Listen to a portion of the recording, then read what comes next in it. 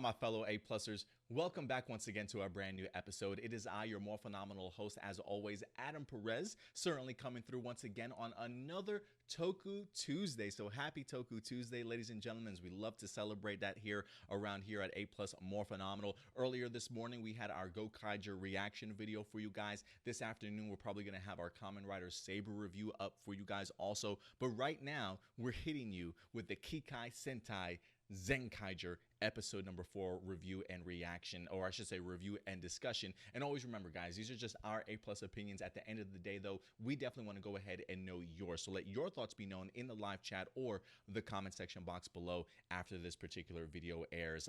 4 episodes in, guys, in regards to Zenkaiger. We finally have our team together. A couple of episodes have been really great hits for me. One or two of them maybe not so much, if you will. I'm still going to give this episode a few more episodes before I really give my full feelings on the beginning of this season so far. I was a big fan of the very first episode, kind of lost me a little bit on episode 2, didn't mind episode number 3, so I was really waiting for an episode that was going to kind of hit me once again and really bring my enthusiasm back for this season. You know what I mean? Like, just revitalize me just a little bit and remind me what we certainly have in store. And if you ask me, at least for me personally, episode 4 definitely went ahead and did that, guys. So let's go ahead and dive into our review for Zenkaiger episode number 4, ladies and gentlemen, as Vroom winds up joining the team. A real quick honorable mention before we start, though. I do love how this season begins its episodes with our previously on sort of Zenkaiger moments here, as we get Sichin kind of giving us a brief synopsis of what we certainly might have missed prior going into this. I don't remember the last time a Super Sentai season has done that, if they've ever done that before. If they have, though, guys, please let me know in the comment section box below. But I really do love what it adds, because we go from there to a brief sort of introduction scene and then right into our intro theme and dance as we get, which I love that move that Kaito does towards the end when the logo winds up popping up. I love the dance and I love the song, honestly, when it comes to Zenkaiger. It continues to grow on me each and every week, and this episode certainly was no different. But really to kind of lay the groundwork of what we find ourselves in here this week is that Vroom is pretty much on the run. The Tojitendo want to go ahead and destroy Vroom, scrap him for some information that he certainly knows. If you guys recall, Vroom was actually the first person to notice that when a Toji gear is in fact destroyed, those worlds that were captured are now officially liberated, right? So they're free, if you will. The mushroom world, the ice world, and things like that also. So he brings it to the attention of Professor Ijirood here, and Ijirood's sort of first reaction is, who did you tell? Have you told anybody this vital information? No, it's just between us? Okay, good. Let's kill this guy. Can you scrap him, please? Can you scrap him? And it's really the idea of just shutting him down, wanting to make sure that Bokawas, the Emperor, doesn't hear about this mishap that's certainly going on, which does make me scratch my head a little bit, right? Like, you've only liberated 2 worlds, so you've only lost 2 worlds. Why not fix the problem, right? Like, why not bring it to his attention so they can fix the problem? But what, you're going to wait 10 more worlds, 20 more worlds to be liberated, and then you want to approach Bokawas to let him know, like, yeah, something's wrong with our technology that we've created. Yeah, that's a conversation you want to have now. So I do find it odd that Ijirood just wants to kind of throw it under the carpet, if you will, and by doing so, he's got to eliminate Vroom from really possibly telling anybody else about certainly what's happening. So we definitely do see Vroom on the run here in this episode, and we've got ourselves another world that they're going to be utilizing here in the boxing world, which I really love the design of the mech here this week, and I had a lot of fun of actually seeing just the local bystanders and things like that with the boxing gloves on, the really cool, like, just knocking people out, like the Kaito knockout was hilarious. Seeing the bride like uppercut her groom, I thought thought that was great. One of the schoolgirls with the slow right hook or left hook, whatever the case may be. Man, I really love seeing the boxing aspect, and maybe because I'm into mixed martial arts and sort of that like physical combat, if you will. So to see that highlighted in this episode was just really fun for me, honestly. So yeah, got the boxing world, and Vroom is really on the run here. And I gotta say, you know, I don't know what changed for me from when we were previewing Zenkaiger for weeks on end prior, going into this series. You know, Vroom for me was like the last person that I was thinking about. I had my eyes on Gown and his design, Majin and her cute design and things like that. You know, Vroom was just a bootleg Optimus Prime sort of thing, right? People always joke around about that. So I didn't really go into this season expecting too much for him.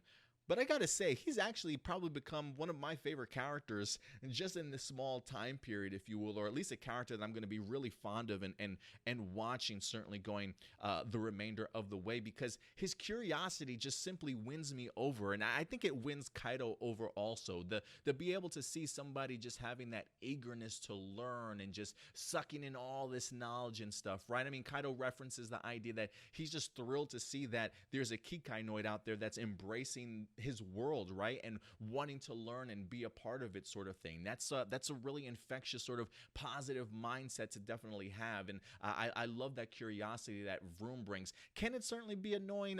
Obviously, right? I think Jurin and Gown are going to be the ones that are like, bro, can you just stop talking, please? Can you hold the questions for later? It's almost like every little thing he's got to know. What's this? How does this work? Why did that do that? And I'm eating it up. I absolutely am. So for me, it was really great to kind of see just his origin story a little bit, right? Because he does at least explain to us how he started working with the Tojitendo. I believe even Jurin or Gown might have thought to himself, like, isn't that convenient, right? Like, are you working for the enemy, or did you turn on the enemy type of thing? And I love the fact that he really only joined the Tojitendo in order to feed into his curiosity, right? It seems very much as though he was just a neighborly person out in Kikai Noid who wanted to learn more, and he thought maybe living this lifestyle just wasn't it for me, right? The ability to go ahead and join the Tojitendo, working with the professor, sadly, as his cleaner. I think he was probably hoping he would learn a little bit more from Ichirud, and that just certainly was not the case. So when he does find himself here on Earth, being able to escape to Tojitendo with his life, if you will, you just get to see just where all that hunger for learning certainly was just kind of kept down inside. And now that he's in Earth, he wants to examine everything and see how everything certainly works. Go to the library and read a ton of books and things like that. So there's something really a positive infectiousness about his curiosity that I was definitely on board with, honestly. I will say this too, just a quick honorable mention. There is a scene for Vroom when I think it's Jurin or Gown takes off his glasses. I love this little attention to detail that when he has his glasses on, his eyes are completely wide, right? You can see all the yellow, but if you go back and you watch the scene and he doesn't have his glasses on, they're squinting. They're like, huh?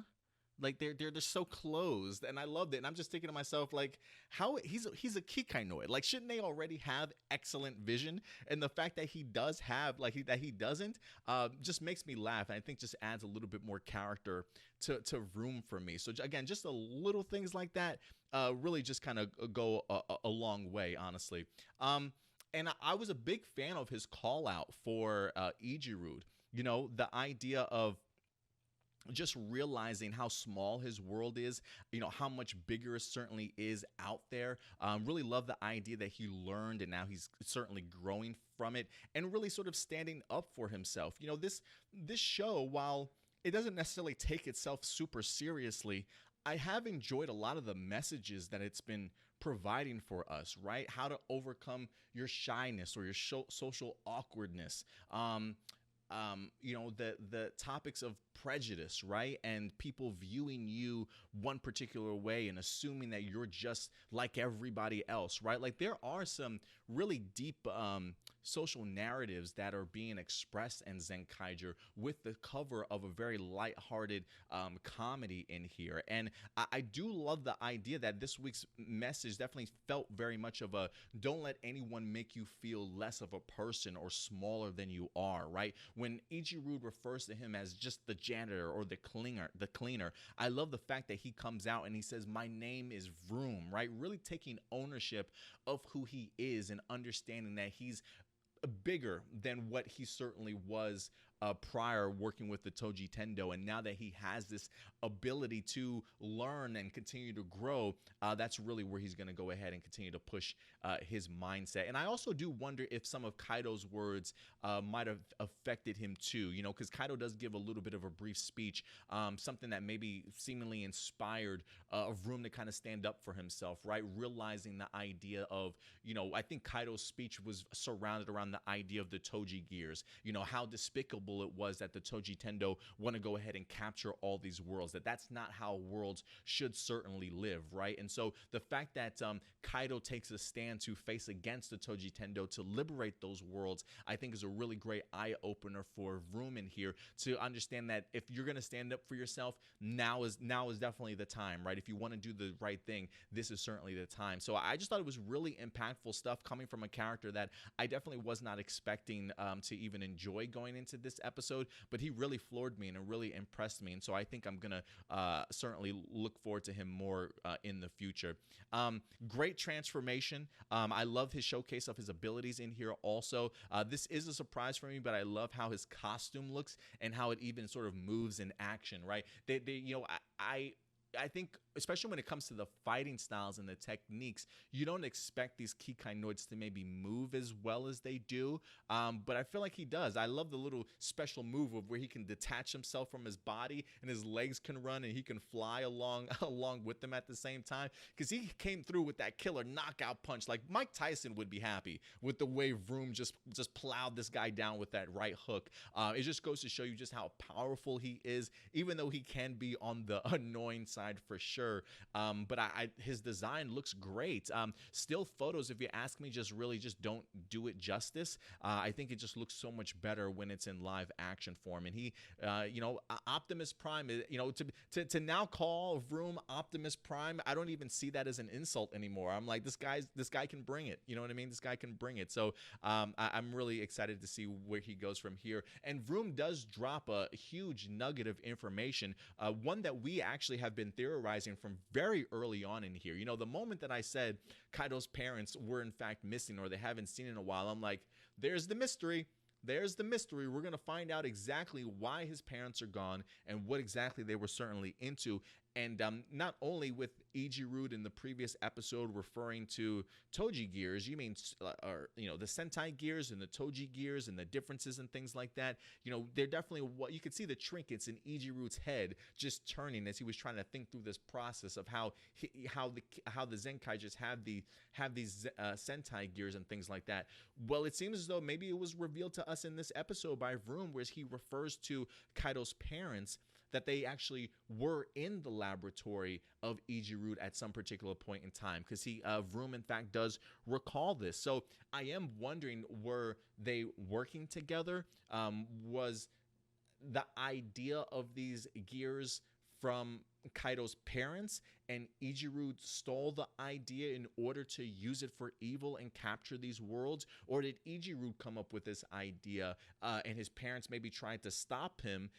And, you know, maybe that's why they're certainly missing. But in the process, in their own secret time, creating their own Sentai gears to combat what Ichirud was certainly trying to build. I don't know, but it seems as though, just based off of what Vroom, if his parents were in the laboratory with Ichirud, it makes me wonder, were they working side by side until things went wrong? Or were they captured and brought in for their information so Ichirud could certainly steal it? I don't know, but the plot certainly thickens. And while this, like I said before, this season doesn't take itself overly seriously, right? There can be some really wacky and funny sort of dialogue from time to time and how people interact, and it's just a little bit mayhem, if you will, from time to time. There are some deep qualities in here, whether it be the message they're trying to deliver or this mystery here with his parents. So it definitely wind up grabbing my attention here this week also. Also want to go ahead and mention Kaito. I love his willingness to accept people for who they certainly are. We saw it with Vroom. We see it with Gown. We saw it with Majin. We see it with Vroom now. Just bringing people into the fold, being able to see the positives of each of these members and understanding how they fit and bringing them all in. Likes that Vroom is happy and appreciates being in this world. I just think that he enjoys seeing Vroom's kind of soak it all in. I wouldn't say he's on the level of like Juru in regards to knowing somebody's weaknesses, knowing what their strengths are, how to put people in certain positions, right? Whereas we have Kaito here, who really is great at recognizing the good and the positives of people, and really allowing them the opportunity to have something to definitely fight for. So I do like Kaito in here as well. He is growing on me as a character, so I'm going to be looking forward to that also. Couple quick honorable mentions. Another power up from the Sentai gears in here. This time we had the Die Ranger, so everybody had those gigantic staffs, which was pretty cool to kind of see them all utilize. And last but not least, no more accidental shots with the Geertlinger. And listen, I gotta admit, there was a part of me that was really bummed that they didn't like complete the trifecta or the quad-ecta or whatever it is. The idea of like these Kikainoids, each of them individually getting it and like randomly shooting it, whether it be at their own freaking heads or taking out some of the Kikainoids. I was really hoping that it would be a running gag and it would like at least continue and finish with Vroom here, but that's not the case. That's not the case. And so it did bum me out, but you know what? It after I watched the episode like the second and third time, it actually grew on me a little bit more because it really does fit Vroom's character. Vroom doesn't seem to be the type of person that's just gonna do something and then find out what it does. He wants to know how things work, right? That's part of his his curiosity. So I can see Vroom's curiosity wanting to ask, how does this work, right? And so he immediately does that, and I just love the reaction by everybody else, like, oh yeah, damn it, I forgot, we got to remind this guy, yeah, let's show you how this works, type of thing. It's just funny to me that they hand off these Geertlingers and expect people to know how they work, and then realize, oh damn, that's right, we do have to teach them, sort of thing. It very much feels like Dino Fury in the sense of Zato having to teach the Rangers how to morph, right? How to get the key working, the timing and things like that. It's very much like a training process. The fact that they understand that you don't just come into these powers and just know how to use them, right? Let's at least have a little bit of some training and learning experience here. So it does make me smile, and I think it's a really great attention to detail in here. So while I initially was bummed that Vroom didn't accidentally shoot himself for a Kikainoid, it does fit up right his alley as to who he is as a character, to be curious enough to immediately ask, how does this work? So I thought that was pretty brilliant. But overall, look, I really enjoyed this episode. For me, it definitely worked from the humor, the whole idea of I think even some of the lines was like, instead of saying the effing whatever, they would say the boxing whatever, to kind of throw that in regards to a curse word. And the Zord battle, oh yes, the Zord battle I thought was epic. While I wasn't the biggest fan of the rings and things like that they were fighting in and jumping in and out of, I gotta say, the combinations that we wind up getting, because we got all the combinations in here. I mean, I'm talking the traditional Jurin and Gown. We actually finally got to see Majin Vroom together. We even got to see Jurin Majin and was it Gown Vroom or Vroom Gown? I don't even know, but talk about just great combinations. I would be interested to see, as this season progresses, though, will that combination of how it's presented be a little bit shorter, right? Because I feel like the connection pieces from the mechas really take a long time to kind of showcase themselves. I almost wish that same length and attention to detail was there for the morphing sequence. But now that I think about it, I feel like the morphing sequence is relatively long also. But so I'm kind of hoping that maybe when it comes to the mechas, instead of the big arena shots and seeing the Zords come together, like I'm hoping we just see them, open up and ching, you know, from time to time sort of thing, just to maybe cut out some of the elongated transformation sequences. But the costumes look great. The combinations looked amazing. I love the special abilities that they wind up having in here also. So really, really big fan of seeing Vroom finally get introduced in here, and to see all the different combinations that we have out of the mechas. So really floored me this week. Really impressed. And I think for me, Vroom just stole the spotlight in this episode. But again, these are just my A+ opinions. But at the end of the day, guys, I definitely want to go ahead and know yours. If there's anything in particular that I certainly might have missed, whether it be character details, plot ideas, or storylines that you guys want to continue to go ahead and certainly talk about, definitely go ahead and let your thoughts be known in the live chat or the comment section box below, guys. And we'll definitely continue that there. But other than that, guys, I think that's going to go ahead and do it for us here. We'll certainly be back next week with another Zenkaiger review for you guys, and of course live this upcoming Saturday at noon Central Time for a brand new episode of A+ Morphinominal and a Dino Fury review. So go ahead and check us out then. But until next time, guys, do me a big favor, take care of yourselves, take care of each other, and until next time, keep it A+. I'll talk to you guys later. Full throttle, non-stop. Take care.